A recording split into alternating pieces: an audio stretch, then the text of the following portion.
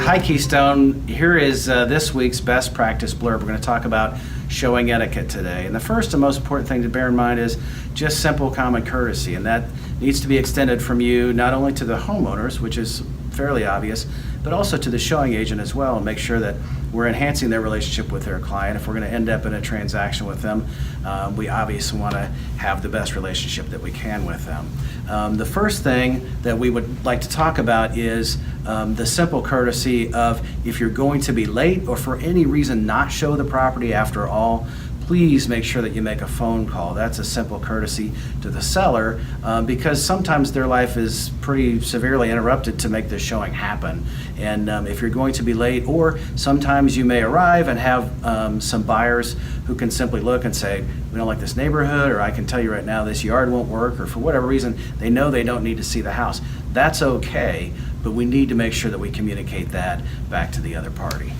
The second part of this best practice blurb is to leave the home in the condition that you find it. Make sure that you're courteous as you're walking through the home. This is someone's property, and be very respectful of their items and things. Take off shoes when you walk into the home so you're sure to not leave any mud or tracks. And when you're leaving, if the lights are on, go ahead and turn those off unless you've been instructed to do so. Make sure you double check all the doors as you're walking through the home to be sure they're locked. And remember, as you're walking through in this day and age, that a lot of sellers have technology that listen in on what you're saying. So be really respectful to you and your buyer on what you say about the home and your likes and dislikes about what's in it. Also, this is an issue of courtesy, but it's also an issue of making sure that you follow the rules and stay within the bounds of how my board wants us to function. And that is, make sure that you're always present anytime one of your clients is going to be seeing a home. It can be very tempting, especially with our most trusted clients. You know, if your brother's buying a house, and you think, well, I'm going to be a little late, I'll just shoot you the code and you let yourself in. Again, that's never going to be okay, and you'll never know when it might get you in a lot of trouble. So that's one practice to avoid always.